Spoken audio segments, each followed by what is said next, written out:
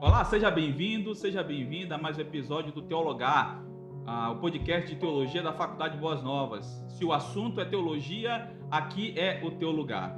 Antes de nós apresentarmos os nossos debatedores, aqueles que estarão dialogando nessa tarde, nós queremos convidar você a se inscrever no canal. Nós temos o canal da Faculdade Boas Novas, do curso de teologia.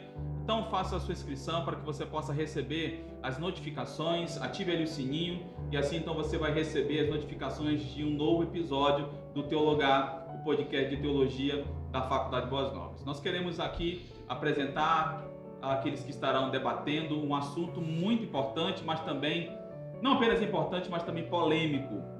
O tema que você vai observar daqui a pouco, que é exatamente a teologia da retribuição no Antigo Testamento. Esse é o tema de hoje, é um tema polêmico e nós trouxemos aqui nossos debatedores, são professores da casa, professor Belmiro, professor Fanuel, estaremos apresentando aqui daqui a pouco para vocês, estarão dialogando acerca desse tema.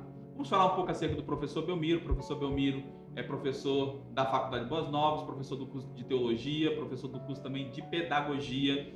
Ele é formado em Teologia e Pedagogia pela Faculdade Boas Novas, também possui especialização em Magistério de Ensino Superior, também pela Faculdade Boas Novas, possui também mestrado e doutorado em Teologia pela Faculdades Este. Professor Belmiro, seja bem-vindo. Obrigado, professor Haidt, uma alegria estar aqui no podcast. Também temos conosco o professor Fanuel Santos, que está aqui conosco e abrilhanta também essa tarde aqui a discussão desse tema. O professor Fanuel também é formado em Teologia pelo IBAD, o Instituto Bíblico da Assembleia de Deus em Pindamonhangaba. Também é formado em Teologia pela UMESP, Universidade Metodista de São Paulo. Também possui graduação em Pedagogia, bem como também bacharel em Direito pela UBRA. Possui mestrado em Ciências das Religiões pela Faculdade Unida de Vitória e possui também doutorado em Sociedade e Cultura na Amazônia, aqui pela UFAM, Universidade Federal do Amazonas. Professor Fanuel, seja bem-vindo. Olá, professor Haidt, professor Belmiro, todos os nossos espectadores, uma boa tarde para todos vocês e é um prazer estar aqui para discutir esse assunto tão relevante para os nossos espectadores. Então vamos lá, vamos sem perca de tempo estar discutindo esse tema. O tema é exatamente esse, um tema polêmico. Daqui a pouco nós vamos debater um pouco mais, mas nós vamos passar a oportunidade para o professor Belmiro, que vai estar apresentando aí um panorama geral acerca desse assunto, a teologia da retribuição no Antigo Testamento. Muito bem, professor Haidt, professor Fanuel. Professor Belmiro. A teologia da retribuição, para nós pensarmos ela, é muito importante também nós pensarmos a partir de um desenvolvimento teológico do Antigo Testamento, né? Porque quando nós olhamos o Antigo Testamento, nós precisamos pensá-lo como uma produção que durou cerca de 1.400 anos, alguns colocam. Então, neste período, a própria sociedade de Israel, né, ela passou por muitas mudanças, né? A gente pode falar do período tribal, do período da monarquia, do período do reino dividido e assim por diante. Então, esses períodos, né, que a sociedade ela foi mudando, levou o próprio povo de Israel a repensar a sua própria teologia, né, por várias questões, que não dá tempo de explicar aqui. Então, quando a gente pensa a teologia da retribuição, e aí a gente precisaria também primeiro explicar o que ela significa, né? A teologia da retribuição, ela seria aquela teologia que trabalha com a ideia de causa e efeito, né? Ou seja, aquela ideia de que se a pessoa ela cometer uma ação ruim ou descumprir a lei, se tratando aí da história do povo de Israel, ou cometer um pecado, ela vai receber de Deus, da parte de Deus, a sua retribuição por conta deste pecado. Ou seja, seria a pobreza, dentro da ideia da teologia de Israel, pobreza, morte prematura, doença e uma falta de uma prole grande. Então, também não ter muitos filhos em Israel já era um sinônimo também de coisa ruim, de maldição. Já se a pessoa cumprisse a lei, né, fizesse coisas boas, ela recebia também da parte de Deus coisas boas, que no caso seria riqueza, Então, a ideia de prosperidade, riqueza, saúde, muitos filhos e morreria bem velhinha, né? Em uma idade bem avançada. Essa ideia, ela parte exatamente de um desenvolvimento teológico em Israel. Ou seja, Israel no período tribal e até antes mesmo da existência de Israel, existia uma ideia da retribuição, ainda não era bem uma teologia. Ou seja, que o mundo ele tinha uma lei que era uma lei de retribuir às pessoas uma força, né? Ainda não se atribuía bem a uma divindade, mas uma força mesmo do mundo, em que aquilo que a pessoa fazia, ela iria pagar. Né? Aquela ideia... Isso na instituição da própria lei mosaica. Isso. A ideia. Então, no caso, a lei se torna tão somente o receptáculo onde essa ideia que já era difundida no Israel, ela é, de um certo sentido, positivada, redigida. Mas não seria essa, digamos, que a própria gênese da religião, porque se a gente parte da ideia de que religião ela é um fato social e tem um fator de coercitividade também, eu acho que é mais ou menos intuitivo pensar que eu preciso ter uma religião que, no certo sentido, sirva de controle social. Então, se eu digo que tal prática religiosa leva, tal como é o pai lá com o filho. Olha, se você fizer tal coisa, eu vou te dar. Se você fizer uma coisa ruim, eu não vou te dar. Então, você vai condicionando a própria criança a ter certos comportamentos. O comportamento ruim sendo rechaçado e o comportamento bom sendo reafirmado com balas, com doce, enfim, com afagos. Eu acho que quem está nos assistindo já deve ter percebido que o processo de educação está invariavelmente ligado com isso. Então, antes de ter teologia, eu acho que isso é ontológico da religião, né? Tem um antropólogo chamado Malinowski que ele estuda a ideia da própria dádiva. Basicamente o homem religioso ele não consegue desvincular-se, né, essa religião mais maturada de que para além das circunstâncias do ter ou não ter, eu sou religioso. É quase impossível você separar essa teologia, por isso que eu achei legal você falar de ideia antes de ser um discurso, ser uma ideia difundida, né, em ordalhos também, os deuses tinham a capacidade de julgar acontecimentos na Terra. Isso, de um certo sentido, basicamente, você tinha uma mescla entre de direito, lei, religião, não se separava também, né?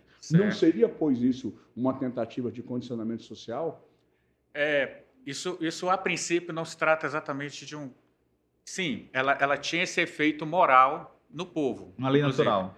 Isso, uma lei natural. Sim, um efeito moral. Ou seja, é claro que acabava dirigindo a vida e a forma como as pessoas elas iam atuar em sua conduta, né, no meio social.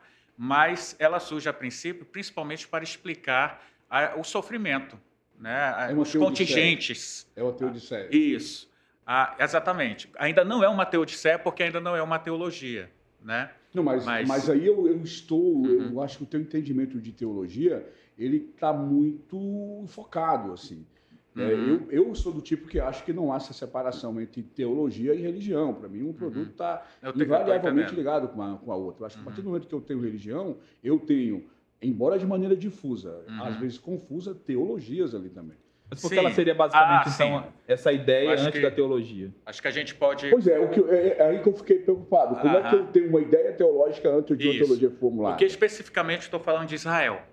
Então, é claro, certo. dentro da teologia mas a intenção nossa aqui não é tão somente Israel também. Isso, então, podemos pensar nos outros povos que também trabalhavam com essa ideia e sim, eles atribuíam também a sua religiosidade, né? Acabavam mesclando aí. E é claro, dentro dessa ideia da religiosidade era para explicar os contingentes, as lutas, né? As dificuldades que eles passavam, o sofrimento, tudo que causava sofrimento. Então, o jeito de eles explicarem o seu sofrimento era por essa ideia da retribuição. Né? Então, se eu estou sofrendo é porque eu fiz alguma coisa ruim, alguma coisa errada. Então, se eu estou muito bem, é porque eu fiz alguma coisa boa para merecer isso. Entendo. Então, também parte dessa ideia do merecimento. Né? Entendo. Então, em Israel, é claro que ele vai, a princípio, atrelar a sua religião, mas principalmente já ali no período tribal. Mas é exatamente quando inicia a monarquia, a gente sabe a monarquia, ela estava dentro do controle dos próprios reis, a princípio, né? até a época do exílio. Então, a religião de Israel, ela se torna, no período da monarquia, uma religião mais oficializada. Então, é neste período que a própria ideia da retribuição, ela começa a se tornar uma teologia, né? Ou seja, essa ideia, como eu expliquei, é Deus agora quem atua. Se antes era por uma força natural, né, do mundo, agora é exatamente Deus quem dá a paga. E quem né? vai oficializar esse discurso é a monarquia. Eu vejo esse processo, professor Wright, você que é aqui das ciências sociais, quando a gente pega a estrutura do campo religioso de Bourdieu, a partir do momento que eu tenho sacerdotes, gestores dos bens de salvação, não seria, eu acho bem bacana isso, porque eu tenho uma certa privatização do próprio discurso. Então, eu já tenho aí especialistas que estão falando. Não é o povo que está consumindo. Sim, isso. Então, essa é uma ideia que se torna uma teologia, e ao se teologizar, eu tenho os cúrias, os sacerdotes, aqueles que têm, digamos que, o empoderamento para falar isso. Aí a gente pergunta de que maneira esse discurso também não era conveniente ao próprio rei. Isso. Porque, de um certo sentido, eu tinha como ter o controle da sociedade, porque, por vezes, as minhas vontades, por exemplo, vamos tentar entender, pagar impostos absurdos. Isso. Né? Aí eu tenho a própria ideia de que o Estado sou eu, né? Lei Estado Samuel, lá do Luís XV, que ele era o próprio Estado, e a gente vê isso em várias passagens bíblicas, onde o rei advoga em si o poder estatal. Sim. Então, obedecer a Deus, no certo sentido, era submeter, por vezes, a situações abusivas. Isso não dava ao rei também o poder de punir essa pessoa e dizer: você é digno de ser punido porque você está desobedecendo a Deus. Isso. E essa punição, uma penalidade, né, também, né? A ideia, é claro, também de ele punir a pessoa e legitimar a sua punição. Legitimar essa punição e a própria pessoa aceitar. Isso. Tipo, eu mereço ser punido porque eu desobedeci a Deus. Pequei contra o céu e perante ti. Né? Essa desvinculação entre a pessoa do rei e a pessoa de Deus parece um pouco confusa. E ninguém consegue distinguir bem quem é quem. E é claro, como eu falei que ela vai surgir exatamente nesse período da monarquia, surge exatamente a partir do palácio, né, como da teologia oficial, que estava dentro do controle da monarquia. Ou seja, ela também servia para, eu vou usar esse termo, opacizar, ou cobrir, ou esconder as reais causas da pobreza, do empobrecimento do povo, do sofrimento, das mortes também, algumas mortes, da próprio processo de escravidão, porque o pai, principalmente no século VIII em Israel, quando há um momento de extrema pobreza em Israel, e os camponeses eles começam a se endividar, principalmente suas dívidas estavam para os proprietários de terra, né? Eles deviam muito, então eles tinham que dar os filhos deles para a escravidão. Então a perda dos filhos e da prole também era para a escravidão, além de ser também para a morte, né? E claro, a morte, as pessoas que morriam cedo também por conta de todo esse sistema de exploração e etc. Então, o que ocorria? As pessoas acabavam produzindo e reproduzindo, a partir da teologia oficial, esse discurso. Se a pessoa era pobre, era porque ela fez algo errado. Então, punia-se a própria pessoa que estava... Na verdade, culpava-se, né? A própria pessoa que estava sofrendo por pobreza e outras causas também. Então, o que acontecia? Essa teologia ela começa a se tornar especulativa. Ou seja, a pessoa via alguém que estava sofrendo por uma doença, por a morte de um ente querido, ou por pobreza, e ela especulava. Ela só está sofrendo porque ela pecou.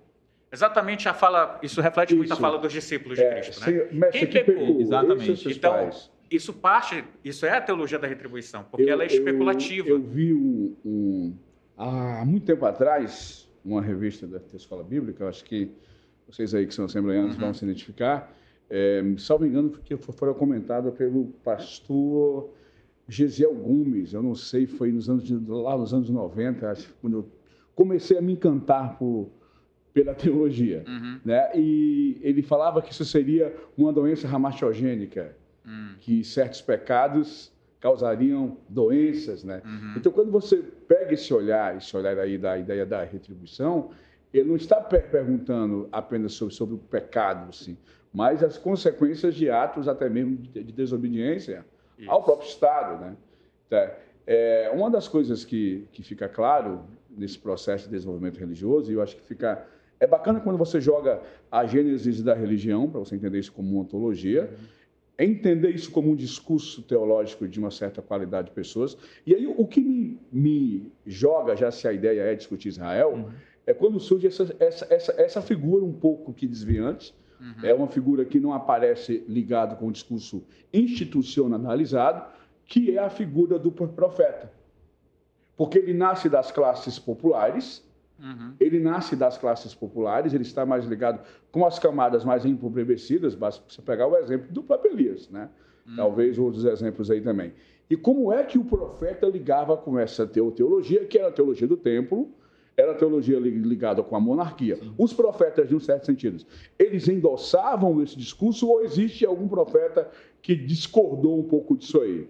Tipo, eu acho bem legal que me parece que Ezequiel ele dá um pouco de quebrada. O pai não levará a iniquidade do filho, nem o filho a iniquidade do pai. Ele não desvincula, a alma que pecar, essa morrerá. Há uma consequência, mas eu tenho uma individualização da pena. O que o profeta pensava em relação a isso aí? A gente tem alguma coisa? Fanuel, muito bom você tocar nesse assunto, porque ele já esse período de Ezequiel e também de Jeremias, que também toca nesse assunto, né?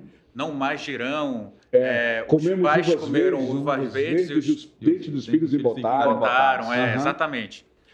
Que reflete exatamente o período em que começa a haver uma crítica sobre essa teologia. Né?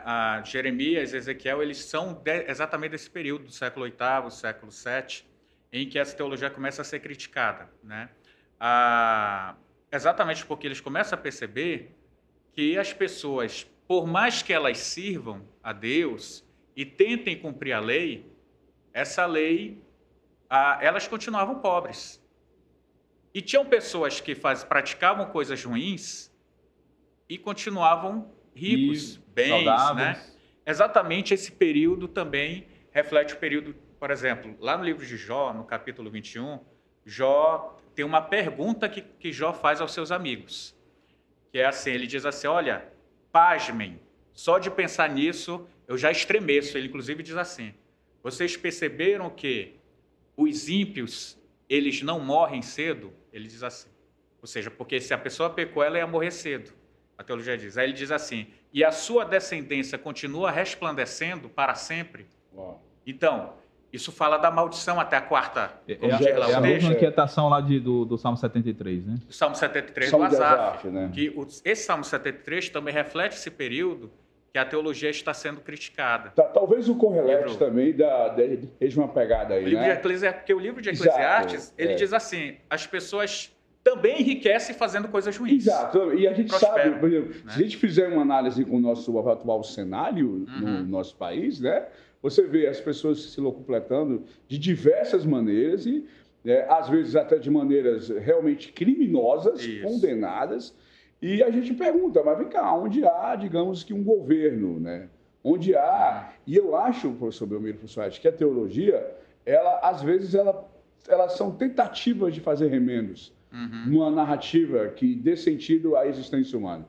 Nesse sentido, eu sou muito apegado ao Feuerbach.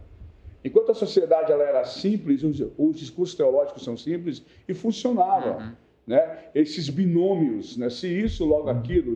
Então, quando a sociedade começa a se complexificar, quando eu começo a ter as trocas com outras sociedades, com outros povos, e eu percebo que os babilônios, que são perversos, que são ímpios, eles têm mais tecnologia, têm mais recursos, têm mais dinheiro, têm mais organização bélica do que a gente, Abacuque surta. Abacuque surta. Porque aquilo que ele havia aprendido enquanto discurso, enquanto teologia, e eu acho esse um processo muito complicado. O processo de desconstrução teológica é um processo de desconstrução de verdades que norteiam a tua vida. Isso. Né? É por isso que o Abacuque ele se angustia, Jó se angustia, né? Os personagens bíblicos se angustiam. Mas então, uma pergunta, por exemplo, né? Então, a gente está falando aqui do discurso religioso, desde o período da monarquia, é claro que existe uma desconstrução no processo do pós-exílio, mas deixa eu fazer uma pergunta para vocês. Então, como é que se sustenta esse discurso religioso? Porque, pelos exemplos, né, nós observamos que na prática não é bem assim. Então, como é que se sustenta? Por quê? Porque nós citamos aqui um texto neotestamentário, que é exatamente aquele de João capítulo 9, né, Então, quem foi que pecou? Então, nós percebemos que esse discurso ainda se sustenta ainda no primeiro século. Cara, então, aí, como ele se sustenta? Aí entra um outro lado. Por exemplo, no que diz respeito à teologia judaica, eu deixo a responsabilidade do mestre Belmiro, do doutor Belmiro, que é o expertise dele, mas no cristianismo eu tenho empréstimos de termos da própria filosofia grega. Entendeu? Os caras foram pegar em Platão a ideia de soberania, de providência, para contornar. Então, quando eu falei que são tentativas de pegar retalhos para contornar uma macronarrativa que dê sentido aos atos humanos na Terra, foi disso que eu estava falando, né? Que quando o Platão vai dizer a ideia da providência da soberania, aí eu tenho de quê? Eu tenho a ideia do silêncio como resposta. Né? Que Deus não falou, então ele é soberano. Então, eu acho que Abacuque cai diante dele toda a terra. Né? Agora, o que me angustia, e aí eu passo para o professor Belmiro, aí a gente tenta não apenas ficar contando história, mas existencializar, né? Jean-Paul Sartrizar naqueles que estão nos vendo, que eu, como pastor, passei por isso lidando com pandemia. Eu passei por isso quando eu tive que, sabe, às vezes conversar com a minha esposa, conversar com os meus amigos, de pessoas que tiveram uma vida proba, uma vida íntegra, que foram fiéis religiosos no sentido estrito do termo, e eles foram acometidos pela Covid e não saíram desse momento de dor, de luto. E aí a pessoa pergunta, qual é o sentido da religião?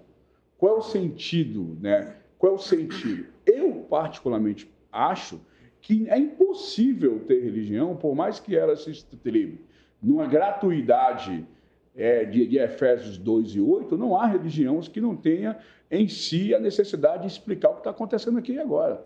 Eu acho que por mais que você escatologize ela por além, a pessoa quer entender aqui o que está acontecendo. Essa aqui. Questão do além, porque o professor Belmiro vai falar um pouco mais acerca disso, mas nós já observamos aí a precariedade dessa teologia, de uma esperança, melhor dizendo, né, para o além, o pós-morte, né, no Antigo Testamento. Né? Nós temos aí essa precariedade, nós temos essa dificuldade.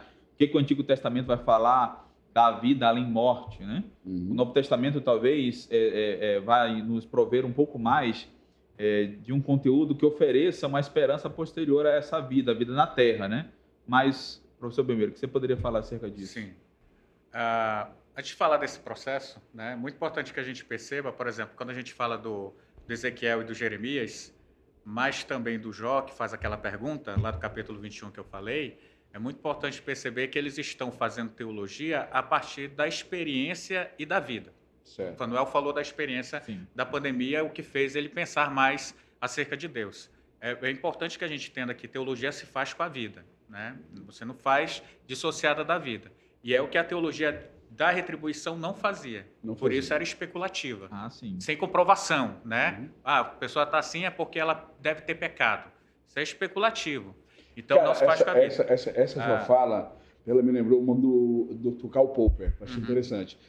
Graças a Deus pelas ciências sociais, que nós não estamos mais obrigados a ficar amarrados a dogmas pré-estabelecidos com verdade. Isso. Você pode experimentar isso na prática e ver, cara, isso não é verdade. Não se sustenta, né? Exatamente. Não se sustenta. Aí, é claro, a teologia de Israel era uma teologia que estava em desenvolvimento. Prefiro falar assim, né? Ou seja, em construção. Então, eles ainda não tinham uma teologia pós-morte, uma teologia que trabalhava essa ideia.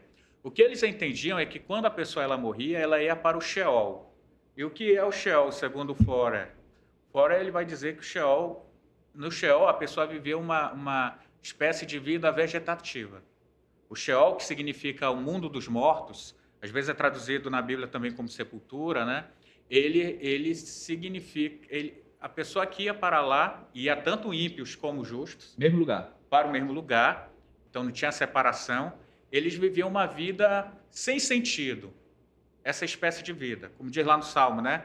Da sepultura não se ouve, não se glorifica a Deus, né? O Salmo diz assim. Os mortos não louvam ao Senhor. Não louvam ao Senhor. Estado né? vegetativo. É porque eles vivem, a ideia é que eles vivem nesse estado lá no Sheol.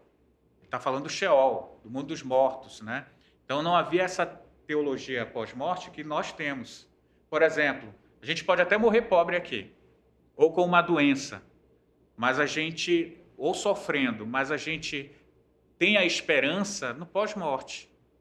naquele dia Deus enxugará dos meus olhos todas as lágrimas. Não haverá sofrimento. É nesse né? sentido aí que eu falei. Bom, por mais metafísica, especulativa, escatológica que a teologia seja, o discurso do ali e além são condicionamentos por aqui e agora. Isso. Então, esse discurso lá que vai acontecer, ele dá sentido aqui, porque às vezes eu estou passando por um momento de dificuldade, mas eu consolo-me na ideia de que vai haver um momento que isso não vai existir mais. Exatamente. Então, e não haverá mais lágrima, Deus enxugará dos meus olhos toda lágrima. Então, isso. Então, essa teologia... Mas isso é o processo neotestamentário, né? Mas e no Antigo Testamento? No Antigo Testamento, então, como não funcionava não tinha essa teologia, então a justiça de Deus se cumpriria aqui. Então, aquela ideia do aqui se faz, aqui se paga. Então, a pessoa pagaria aqui. entendi. E não existia essa ideia de um juízo lá depois da juízo final e etc. Então, a pessoa pagaria aqui. Então, por isso que eles tinham a crença mesmo forte de que se a pessoa fizesse coisas ruins aqui, ela ia pagar aqui. Se ela fizesse coisas mais aqui, ela ia pagar. E com coisas boas, ela ia receber Mas também o isso benefício. não é, digamos que, uma das máximas em quase todas as religiões? Se eu pegar o hinduísmo, o que são as samsaras, as reencarnações, senão consequências que vocês vão pagar aqui na Terra? O budismo também. Não há essa ideia. A própria ideia do karma. A ideia do karma. Né? É mais ou menos isso? Só que, claro, a ideia do karma, ela tem toda aquela ideia ainda que a pessoa vai morrer, vai... Na teologia do Antigo Testamento, mas tem essa ideia do pagar. Ela vai pagar aqui. Vai pagar aqui. E é claro que as pessoas estão começando a repensar isso porque elas estão vendo que não estão pagando. É exatamente o que Asaf fala lá no Salmo 73.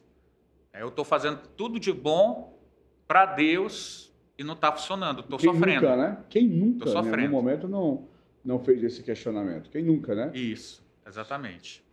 Então, parte exatamente dessa lógica, professor Reit. Mas a discussão está muito boa, mas nós já vamos então para uma pergunta polêmica. Nós já vamos para a pergunta polêmica, que é exatamente a tônica então desse encontro. O professor Bembiara até adianta aqui a pergunta que surge. Nós vamos então destinar aos nossos debatedores. E a pergunta é exatamente essa. Aqui se faz, aqui se paga? A pergunta é essa. Aqui se faz, aqui se paga? Isso.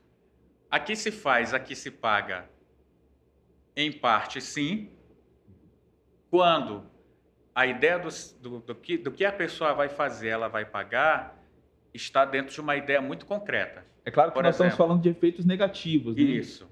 Aquilo que é negativo. Por exemplo, nós temos essa pergunta, a pergunta em si ela é polêmica, o professor Fanuel vai falar também a respeito, mas aqui se faz, aqui se paga. Por exemplo, nós vamos tomar o apóstolo Paulo, ele passa pelas igrejas da Macedônia, passa pelas igrejas da Caia para recolher donativos e levar lá para Jerusalém, que naquele momento está passando por dificuldades. E daí então ele fala da lei da semeadura. Ele fala ali, você planta pouco, você colhe pouco, você planta muito, você colhe muito. Nós estamos não falando de bondades, né? De práticas, né?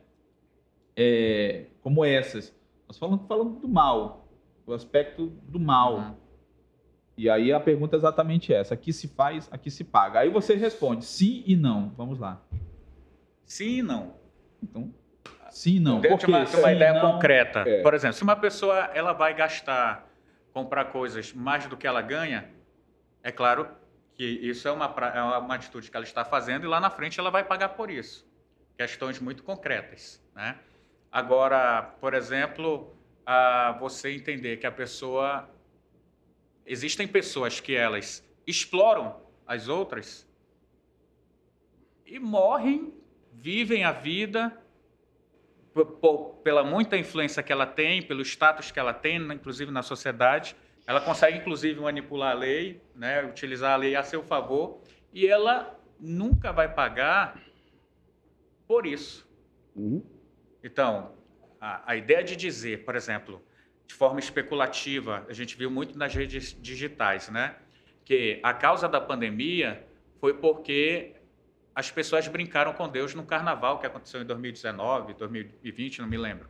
Mas que brincaram com Deus nesse carnaval, e aí Deus, como justiceiro, então pintam Deus como justiceiro, ele causou a pandemia para punir o Brasil, e não só o Brasil, mas o mundo todo, por conta desse carnaval. Né? Então, com Deus não se brinca, essa ideia. Eu, na minha caminhada, não consigo mais entender ou acreditar nessa ideia. Eu prefiro Mas aí você ver, disse eu vou sim usar... e não, né? Certo. A princípio Isso você é está dentro do caminho do especulativo. não, né?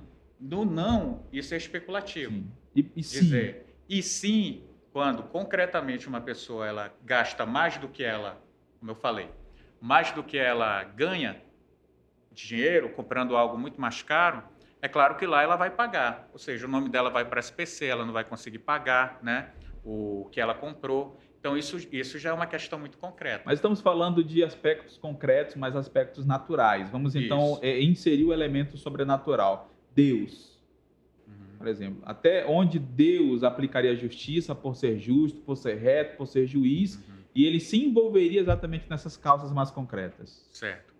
Eu não conseguiria, professor Reit, te dar uma resposta fechada quanto a isso, na minha caminhada reflexiva diante do sofrimento.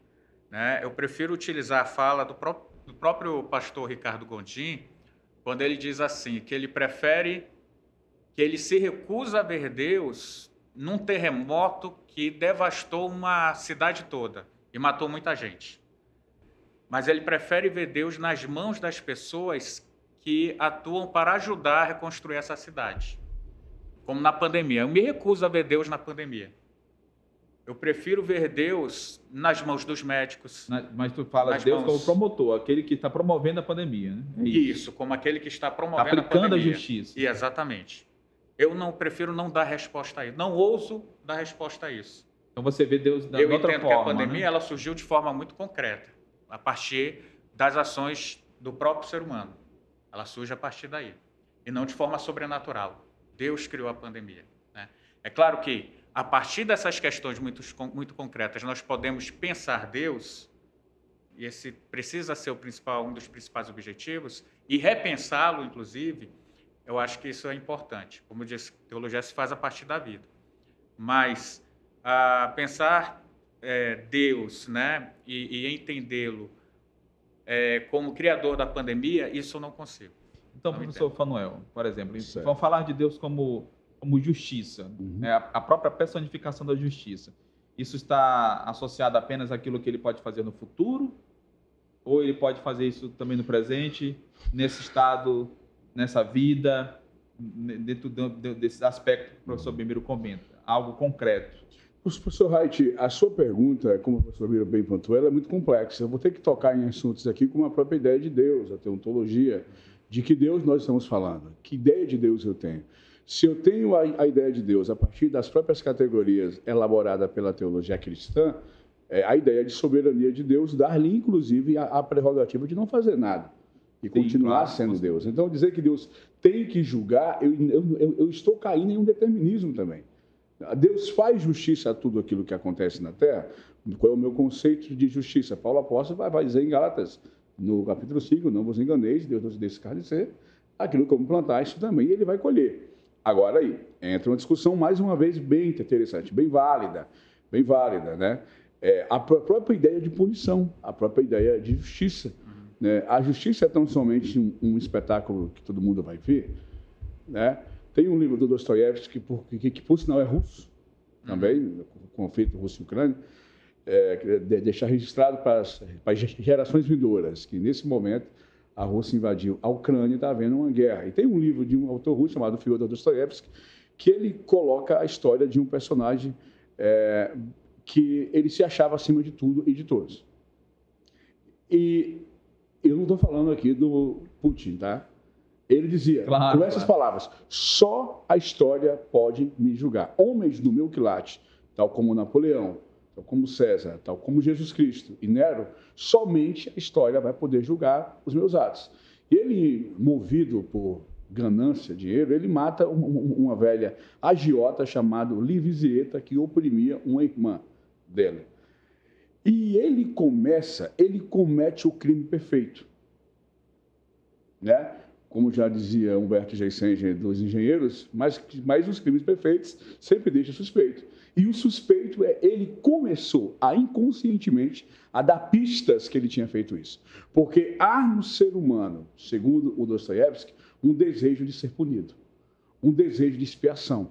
Um desejo de expiação. Aí a gente pergunta, vem cá, não é isso uma punição? Não seria a punição de Deus também, cara, um condicionamento que está intrínseco ao próprio ser humano? A própria consciência dele, né? Angustia-se com o próprio sucesso? Angustiar-se com o próprio sucesso é o cara que sabe que ele chegou ali de maneira errada. Então, como o Zaqueu fala assim, eu vou vender tudo, vou dar tudo para os pobres. Então, a gente... Eu acho que tem uma coisa, Belmiro, ao meu ver, é que nós jogamos em Deus uma jurisprudência terrena. E pior, uma jurisprudência terrena carcomida de corrupção, que é passível de barganha, que é possível você protelar por meio de recursos, de tal maneira que você causa uma punição da própria pobreza. Isso. Né? É isso que acontece em muitos casos, né? Você vai protelando, aí eu tenho a prescrição, eu tenho a decadência. No âmbito divino não existe isso. Então, é por isso que eu recuso me assumir um posicionamento de dizer, é isso, porque se for isso, logo aquilo. Eu acho que é complexo isso. A gente está em um momento de reconstrução, inclusive, deontológica. Os teólogos do teísmo aberto, lá de 45, já tinham falado isso. Olha, o Deus ex machina que nós estamos construindo, ele está muito ligado com a própria ideia da modernidade. Então, a gente está vindo aí novos humores, novas correntes. Por exemplo, você citou o Ed René, o Gondim, que é um assembleiano difuso, ele não é assembleiano no termo hoje, mas ele é um assembleiano difuso. Sim. Ele nasceu nas engrenagens dessa teologia wesleyana, arminiana, da liberdade humana. E a liberdade humana em si também seja uma liberdade divina. Isso é interessante, a liberdade divina é que Deus ele não está atrelado a causa e efeito também. É por isso que, diante disso, a gente se silencia. Quando Sócrates diz que o saber que nada sabe talvez é a coisa mais sábia a falar, é que, às vezes, eu falo lá para os meus alunos sempre, cara, quando você sabe pouca teologia, você tem resposta para tudo. Quando você começa a saber teologia um pouquinho, você começa a desconfiar, inclusive, das suas próprias respostas. E quando você entende teologia, você procura manter o olhar da cautela e um olhar bem quenótico, sabe? Eu acho que diante da dor do outro não se especula. Diante da dor do outro não se teologiza. Eu gosto de ficar com Jesus, que mesmo tendo todo o poder, diante do túmulo de Lázaro, ele só chorou. Ele me ganhou ali. Porque se ele chegasse ali, zombasse de Marta, zombasse de Maria, e fizesse um espetáculo ressuscitando Lázaro, sem sentir a dor humana, cara, eu acho assim, primeiro, eu fiz até um texto sobre isso. Deus não está na avenida, Deus está nos corredores dos hospitais. Eu passei 40 dias no hospital com o meu sogro. E eu vi como o ser humano é capaz de ser. Eu vi o que o ser humano ainda tem jeito. As pessoas bondosas que te abraçam, que te acolhem, sem nunca ter te visto. Eu prefiro ver Deus ali. Exatamente. Aquilo que você comentou. Se alguém quiser ver Deus com um punhal nas costas, matando crianças, isso aí é contigo, viva com essa angústia e você é livre para pensar aquilo que você quiser. Só um instante. Porque vai me fugir, não vai fugir. Só para sintetizar o que vocês estão conversando, o professor Fanuel, e como também a partir da tua fala, seria basicamente dizer, então, que essas questões relacionadas à justiça, a punição e penitência, talvez seja parte do discurso meramente humano, né? Nós não temos um tratado de teologia que fale acerca disso. Nós pegamos dois termos, soberania e onisciência, e jogamos como se isso resolvesse a angústia humana. E isso não resolve. Por exemplo, esses dados que eu acabei de falar aqui sobre angústia como uma punição, do Dostoiévski, qual é o teólogo que fala acerca disso? Você não tem. Então, a teologia, em certos momentos, ela se acovarda. Por isso que, em alguns momentos, a teologia ela é covarde. Ela não tem coragem de discutir o que a gente está discutindo aqui. E talvez é mais fácil colocar na conta de Deus, né? Exatamente. Que mesmo confiando em Deus, mesmo amando Deus, a Santa Teresa de Ávila, ela falou, Senhor, se tu tratas assim os teus amigos, não me incomodas ou não me espanta o fato de teres tantos inimigos. Porque é o que a gente tem visto, né? Mas essa pergunta que o Wright fez, você esqueceu de certa falar, forma, não, né? é isso que eu vou falar. Falar. Os discípulos fizeram para Cristo essa pergunta, né, quando eles estão diante de um caso, né? Ou seja, caso concreto. isso aconteceu, essa pessoa que nasceu com essa doença. Aconteceu porque os pais dele pecaram, porque ele mesmo pecou. Cristo não se preocupa em tentar explicar teologicamente a pergunta que eles fazem. Ele explica de forma prática. Ele diz, isso aconteceu para que se manifeste nele a glória de Deus. Como é que se manifesta? Jesus vai e ajuda o sofredor. Ou seja... Só para responder ali a pergunta de um ouvinte que mandou para mim aqui uma mensagem, ele perguntou qual é o nome do personagem lá do Dostoiévski, que eu falei que aqui não era o Vladimir Putin, mas é Rodion Romanovich Raskolnikov.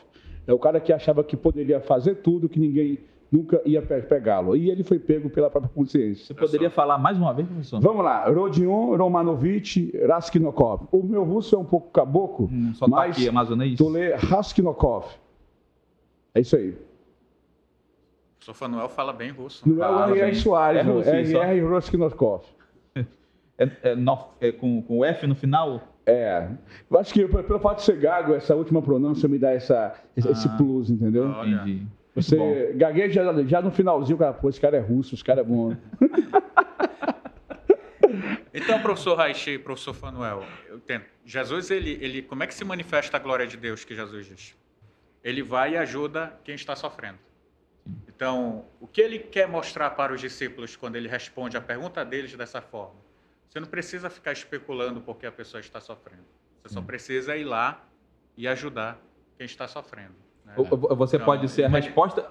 Você pode ser a resposta divina naquele momento, né? Isso. Você pode ser a resposta de Deus. E é sempre baseado na prática, não no discurso, né? Porque a teologia da retribuição no Antigo Testamento estava baseada no discurso, né? No discurso. Quando, na verdade, você poderia responder pela prática, né? Exatamente. Ela visava culpar quem estava sofrendo, né? Ou seja, ele está... Que já está sofrendo, e recebe uma culpa muito maior ainda. Isso é uma espécie de cartaz, do tipo, que bom que não sou eu que estou ali.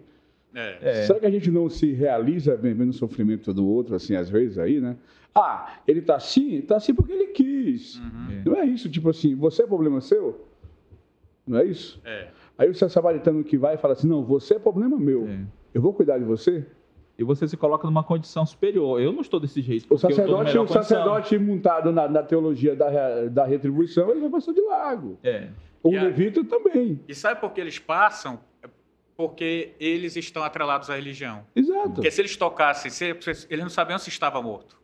Então, tocar no morto me tornaria impuro. Então, faz com que eles se afastem. Aí, de certo sentido. Mas se está vivo, está debaixo de uma punição, quem sou eu para poder interpor essa punição? Exatamente. Eu estaria, inclusive, intervindo em relação à própria vontade de Deus. Aí vai a vontade de Deus é exatamente aquela. Eu estaria contra Deus. O samaritano vai falar assim, não, calma aí, a gente vai, então somente vai lá e não sabe o nome, não pergunta, não teologiza, ele cuida.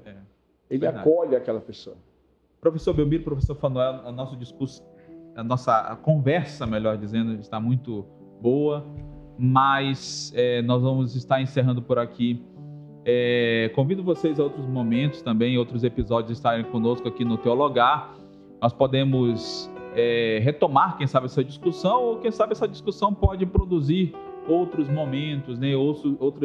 Outras formas de poder estar dialogando a teologia também. Quero fazer só uma sugestão aí, a gente fazer aí, teologia e literatura, né?